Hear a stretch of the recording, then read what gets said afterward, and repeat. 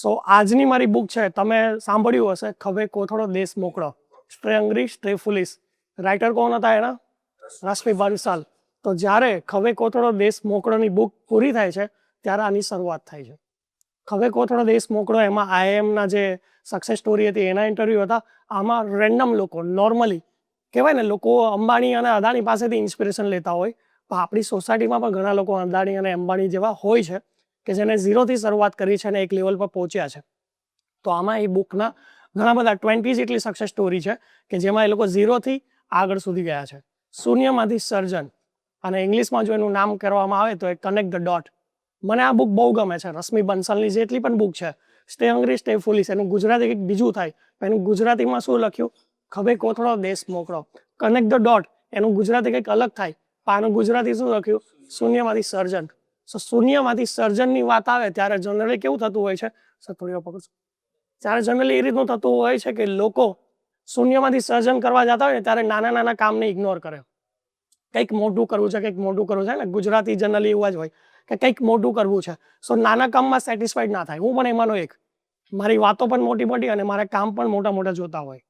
પણ આ book read કરી ત્યારે રિયલાઇઝ થયું કે નાના નાના કામ પણ સારા છે, કે લોકોએ શૂન્યમાંથી સર્જન કર્યું છે. લોકો કેવું કરે છે, અત્યારે શાર્ક ટેન્કનો જમાનો ચાલી રહ્યો છે, તો લોકો સ્ટાર્ટિંગમાં જ ઇન્વેસ્ટર ફાઇન્ડ કરવાની શરૂઆત કરતા હોય છે. તો મેં પણ એ જ વસ્તુ પકડી કે માર્કેટમાં ટ્રેન્ડ ચાલે છે, મસ્ત આઈડિયા હોય, બનાવો, PPT બનાવો અને પીચ કરો ઇન્વેસ્ટરને, ઇન્વેસ્ટમેન્ટ લો. બટ આ બુક જ્યારે મેં રીડ કરી ત્યારે મને રિયલાઇઝ થયું કે શૂન્યમાંથી સર્જન કરનારા ઘણા બધા છે. સો આપણે પણ ઇન્વેસ્ટમેન્ટની જરૂર નથી. આપણે ધીમે ધીમે ધીમે નાના કામ મોટી રીતના કરતા જશું તો ઓટોમેટિકલી મોટા થઈ જશું. એક સરસ મજાની વાર્તા મને યાદ આવે છે, તો હું એ વાર્તાની શરૂઆત કરીશ. કભી કભી મેરે દિલ મેં ખ્યાલ આતા હૈ, કભી હિન્દીમાં આતા હૈ, કભી ગુજરાતીમાં આતા હૈ. સો આ બુક જ્યારે તમે રીડ કરશો ને એમાં એવું જ થશે કે છે બુક ગુજરાતીમાં, પણ અમુક ડાયલોગ હિન્દીમાં છે. તો તમે જ્યારે બુક રીડ કરશો ત્યારે તમને પણ અમુક ખ્યાલ હિન્દીમાં આવશે અને અમુક ગુજરાતીમાં આવશે બાય નેચર. એ તમે જ્યારે રીડ કરશો તમને ત્યારે ઓટોમેટિકલી ખબર પડી જશે. તો સૌથી પહેલો ખ્યાલ આવ્યો, छोटा सा काम मिला है कर लूंगा, छोटा सा काम मिला है कर लूंगा, पैसा पैसा इकट्ठा करके घर लूंगा, छोटा सा काम मिला है कर लूंगा, पैसा इकट्ठा करके घर लूंगा, एक दिन ये बेटा अपने माँ बाप का नाम रोशन करेगा और उस दिन मेरे माँ बाप का कमरा सबसे बड़ा होगा. घर में माली रखूंगा, किचन में रामू काका रखूंगा, छोटा सा काम मिला है कर लूंगा, छोटा सा काम मिला है कर लूंगा, पैसा इकट्ठा करके घर लूंगा. રાઈટ? ઘણી વાર આપણને લાગે ને કે નાનું નાનું કામ, પણ નાનું કામ આપણા માટે છે, પણ જે આપણા પાસે કામ કરાવે છે એના માટે તો મોટું જ છે. સો નાના નાના કામ કરીને કેવી રીતે આગળ વધાય છે એ આ બુકમાં જ છે. સો શૂન્યમાંથી સર્જન, કનેક્ટ ધ ડોટ. તમે બધા નાના હતા ત્યારે એક વસ્તુ તમે કરી જશે સ્કૂલમાં, નાના નાના કનેક્ટ ડોટ હોય, ખબર છે, ન્યૂઝપેપરમાં પણ આવતું. એ ડોટને આપણે જ્યારે કનેક્ટ કરીએ ને તો એક મસ્ત મજાનું પિક્ચર બનતું હોય, એનિમલ હોય કે કોઈ ઓબ્જેક્ટ હોય, રાઈટ? પણ ક્લેરિટી ક્યારે મળે? જ્યારે ડોટ કનેક્ટ કરીએ ત્યારે. સો આપણને આપણા બિઝનેસમાં ઘણા બધા પોઈન્ટ્સ એવા હોય છે જે આપણને ખબર હોય છે કે આ ડોટ છે, આ ડોટ છે, આ ડોટ છે, પણ આપણે કનેક્ટ નથી કરતા. જ્યારે આ બુક આપણે રીડ કરશું ને ત્યારે ઓટોમેટિકલી ડોટ કનેક્ટ થશે અને સુંદર મજાનું જ્યારે આની લાસ્ટ સ્ટોરી આપણે રીડ કરશું ને ત્યારે ખ્યાલ આવશે કે આપણા બધા ડોટ કનેક્ટ થઈ ગયા છે અને આપણે ક્યાં ક્યાં લેક કરી રહ્યા છે આપણને ખબર પડશે.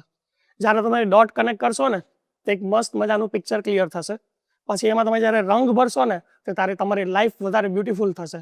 રંગ ભરવો ડેટ મીન્સ એ વસ્તુને ઇમ્પ્લિમેન્ટ કરવું. ખાલી ડોટ કનેક્ટ કરીને બેસી નથી રહેવાનું. ચાલો હવે ખબર પડી ગઈ કે આ જે પિક્ચર છે એનિમલ છે, એ એનિમલ છે એલિફન્ટ, તો એ વસ્તુ પકડીને બેસી નથી રહેવાનું, એ વસ્તુને ઇમ્પ્લિમેન્ટ કરવાની છે. જ્યારે તમે એમાં રંગ ભરશો ત્યારે કંઈક ને કંઈક ખામી રહી ગઈ હશે, એ ખામી સુધારવાની છે. એ બધી વસ્તુ આમાં આવી હશે. આમાં નાના નાના પાયે જેટલા લોકો પણ ઓન્ટરપ્રેનર છે એ લોકોએ શરૂઆત કરી છે. તો કઈ રીતના શરૂઆત કરી છે? ક્યાંક ને ક્યાંક 3 કેટેગરીમાં ડિવાઈડ કર્યા છે: ચમેલો, જુનન અને જુબાન. જમેલો એટલે એવું કે માથામાં ઘણી બધી મથામણ ચાલતી હોય, કંઈક કરવું છે, કંઈક કરવું છે, કંઈક કરવું છે, પણ ક્લેરિટી ના હોય, બિઝનેસનો કોઈ આઈડિયા ના હોય, પણ કૂદી પડે. એનો અનુભવ અને એનો સાહસ એને આગળ લાવે છે. ઘણીવાર આપણને થાય ને કે આપણને જે ફિલ્ડમાં નોલેજ છે એમાં જ આપણે બિઝનેસ કરવો જોઈએ, પણ આમાં ઘણી બધી સ્ટોરીઝ એવી છે કે જેને કોઈ બિઝનેસનો નોલેજ જ નહોતો અને એ ફિલ્ડમાં પણ નોલેજ નહોતું, એ કૂદી પડ્યા, એના અનુભવથી એ લોકો શીખતા ગયા અને એક લેવલ પર પહોંચી ગયા. આમાં જેટલે પણ ઓર્ડિનરી આપણે સ્ટોરી સાંભળશું એ બધા 100 કરોડ પ્લસ અત્યારે કરી રહ્યા છે અને અમુક MNCમાં પણ એ લોકોએ આપણી કંપની સેલ કરી દીધી છે અને સારા એવા લેવલ ઉપર છે. તો હું તમને વન બાય વન બધી સ્ટોરી કહીશ તો કહેવાય ને ટાઈમ જતો રહેશે. તો એક સ્ટોરીની શરૂઆત કરું છું. સૌથી બેસ્ટ અને સૌથી ફેવરેટ મારી છે, ડેટ ઇઝ સુનિતા, ફેમકેર કંપનીના માલિક. તમને ખ્યાલ છે ફેમકેર કંપની એટલે કોસ્મેટિક ઇન્ડસ્ટ્રીમાં મોટામાં મોટું નામ. તો એને શરૂઆત કરી હતી બ્લીચ પાવડર સેલ કરવાની. આપણે ફેસમાં બ્લીચિંગ કરીએ અને મસ્ત મજાના કહેવાય ને, અત્યારે તો મેરેજ સિઝન ચાલતી હતી તો તમે જોયા છે બ્લીચિંગનો ઇમેજિન, મતલબ એનું રિઝલ્ટ શું આવે. તે બ્લીચિંગ કરે, એ જે બ્લીચિંગ પાવડર હતા ત્યાં પહેલાં MNC કંપની જ લાવતા હતા અને એ નુકસાનકારક હતા અને બહુ મોંઘા હતા. એને ખબર હતી કે ઇન્ડિયામાં ઘણા લોકો ઘઉંવાળા રંગના છે, એને સારું દેખાવું ગમે. તો એને વિચાર્યું કે મારે આવું પ્લાન કરવું છે. એ ક્યારે વિચારે છે, એ છે ને એના ઘરમાં રાજકુમારી તરીકે રહેતી અને જ્યાં મેરેજ કરીને ગઈ ત્યાં રાણીની જેમ રહેતી.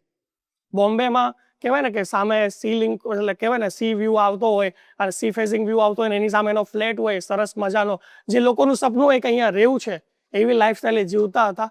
તેમ છતાં એણે વિચાર્યું કે મારે આ સ્ટાર્ટઅપ કરવું જ છે અને ઇન્ડિયામાં બધાને આ રીતની વસ્તુ પ્રોવાઈડ કરવી છે. અત્યારે જે લોકો યુઝ કરે છે એ ડેમેજ કરે છે એની સ્કિનને. તો મારે કંઈક પરિવર્તન લાવવું છે. જેમ તમે વાત કરી પરિવર્તન, એમ એને પરિવર્તન લાવવાની કોશિશ કરી. તો આપણને એવું લાગે ને કે જ્યારે ફાઇનાન્શિયલી આટલા બધા સ્ટ્રોંગ હોય તો તેને શું વાર લાગે. એને વિધાઉટ સપોર્ટ, એના ફેમિલીનો કોઈનો સપોર્ટ નથી લીધો પૈસા બાબતે. એને નાના પાયાથી શરૂઆત કરી. એના ભાઈને વાત કરી. એનો ભાઈ એ સમયે IIT એન્જિનિયરિંગની સ્ટડી કરતા હતા. એને કીધું કે ભાઈ મારું ડ્રીમ અલગ છે, હું IIT સ્ટડી કરું છું, હું એરોનોટિકલ એન્જિનિયર બનીશ અને હું એમાં જઈશ. પણ જ્યારે એનો ભાઈ જોબમાં જાય છે ત્યારે એને ખબર પડે છે કે જોબની દુનિયા અલગ છે. તો પાછો બેકઆઉટ કરે છે અને એની સિસ્ટરને સપોર્ટ કરે છે અને ફેમકેર કંપની બહુ મોટી બનાવે છે. નાની એવી આટલી જ જગ્યામાં એ લોકોએ શરૂઆત કરી હતી. ધીમે ધીમે ધીમે આગળ વધ્યા. અત્યારે એ કંપની ડાબર હેન્ડલ કરી રહી છે. રાઈટ, 500 કરોડનું ટોટલ એને રેવન્યુ જનરેટ કર્યું હતું જ્યારે ડાબરને સેલ કરી હતી ત્યારે. સો અત્યારે પણ નંબર 1 બ્લીચ પાવડરમાં કોઈ હોય તો એ ફેમકેર છે. આ તો ઠીક છે. જ્યારે ડેટોલ ઇન્ડિયામાં આવ્યું ત્યારે એને બહુ બધી કંપની જોડે ટાઈપ કરવાની ટ્રાય કરી કે આપણું પ્રોડક્શન કોણ કરશે. તો કેન યુ બિલીવ એનું પ્રોડક્શન કોણે કર્યું હશે? ફેમકેરે કર્યું. રાઈટ, સુનિતાએ કર્યું. ત્યારે એને ઇન્ટરવ્યુમાં પૂછવામાં આવે છે કે ડેટોલ જેટલી બહુ મોટી કંપની છે એનું પ્રોડક્શન તમે કરવાનું વિચાર્યું તો તમે જ તમારી પ્રોડક્ટ કેમ લોન્ચ ના કરી. એવી એવું બને ને કે ભાઈ આપણને તો હવે ફોર્મ્યુલા ખબર પડી ગઈ છે ડેટોલની. તો એણે શું કીધું કે ડેટોલે અમારા પર ટ્રસ્ટ રાખ્યો છે અને ઓલરેડી અમારું સેગમેન્ટ જે છે એમાં અમે નંબર 1 જ છીએ. ઇટ્સ ઓકે, અમે ડેટોલનું ખાલી પ્રોડક્શન જ કરશું, એના કોઈ કોમ્પિટિટર નહીં બનીએ. પણ એને એના પરથી લિક્વિડ સોપનો આઈડિયા આવ્યો અને ધીમે ધીમે ધીમે લિક્વિડ સોપ માર્કેટમાં આવ્યા. અત્યારે આપણે જેટલા પણ લિક્વિડ સોપ જોઈએ છે ડેટોલના કે લાઇફબોયના, એ બધી શરૂઆત ક્યાંક ને ક્યાંક ફેમકેરથી થઈ હતી. રાઈટ, પણ એ ઇકોનોમિકલ ભાવમાં લોકોને સેલ કરતા હતા. શરૂઆત કેવી રીતે કરી ખબર છે? તમને એવું લાગતું હશે કે ખાલી પ્રોડક્શન કરીને સેલ કરવા માટે લોકોને રાખી દીધા હશે. પોતે સોસાયટીમાં જતા અને બધી ગૃહિણીને ભેગા કરતા અને ડેમો આપતા, સુનિતા મેડમ જે છે. અને ત્યાંથી એ લોકોએ અલગ અલગ સેલ્સ રિપ્રેઝેન્ટેટિવ ઊભા કર્યા અને સોસાયટી ટુ સોસાયટી સેલ કરવા માંડ્યા. પછી એને ખબર પડી ગઈ કે હવે ડિમાન્ડ વધારે થઈ રહી છે તો એ લોકોએ સ્ટોર્સ પર અવેલેબિલિટી રાખી. શરૂઆતમાં છે ને જ્યારે સ્ટોર ઉપર અવેલેબિલિટી કરવા જાય એટલે લોકો શું માંગે? માર્જિન વધારે માંગે, પ્રોફિટ વધારે માંગે. તો આ લોકોએ શું કર્યું? માર્જિન ઓછું રાખ્યું પણ ક્રેડિટ પર આપવાનું ચાલુ કરી દીધું કે તમે રાખો, વાંધો નહીં. અને ડિમાન્ડ જનરેટ કરી. ડિમાન્ડ જનરેટ કરે એટલે શું છે કે ઓલા લોકોએ માલ રાખવો જ પડે, નહીં તો એ લોકોનું કસ્ટમર ફીલ થાય. તો લોકો તેના પાસે જાય છે કે ફેમકેરનું બ્લીચ છે, પેલા કે નથી, તો તરત જ એ લોકો રિટર્ન જતા રહે કે ના, બ્લીચ તો આ જ જોઈએ છે, બીજું કોઈ નહીં. કેમ કે ડેમો એટલા બધા કર્યા હતા એ લોકોએ અને ધીમે ધીમે ધીમે શરૂઆત કરી હતી અને માત્ર 20 વર્ષની અંદર કંપની ઝીરોમાંથી કહેવાય ને શૂન્યમાંથી સર્જન કરી નાખ્યું.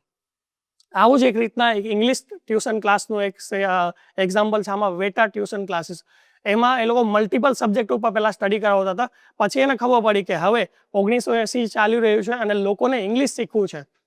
તો હવે એક કામ કરીએ, બીજા બધા સબ્જેક્ટ કાઢી નાખીએ, ખાલી ઇંગ્લિશ પર ફોકસ કરે અને ધીમે ધીમે ધીમે ટ્યુશન ક્લાસીસ વધાર્યા, સ્પોકન ઇંગ્લિશના ક્લાસ વધાર્યા અને સાઉથ ઇન્ડિયામાં maximum franchise within a 5 years sale કરી.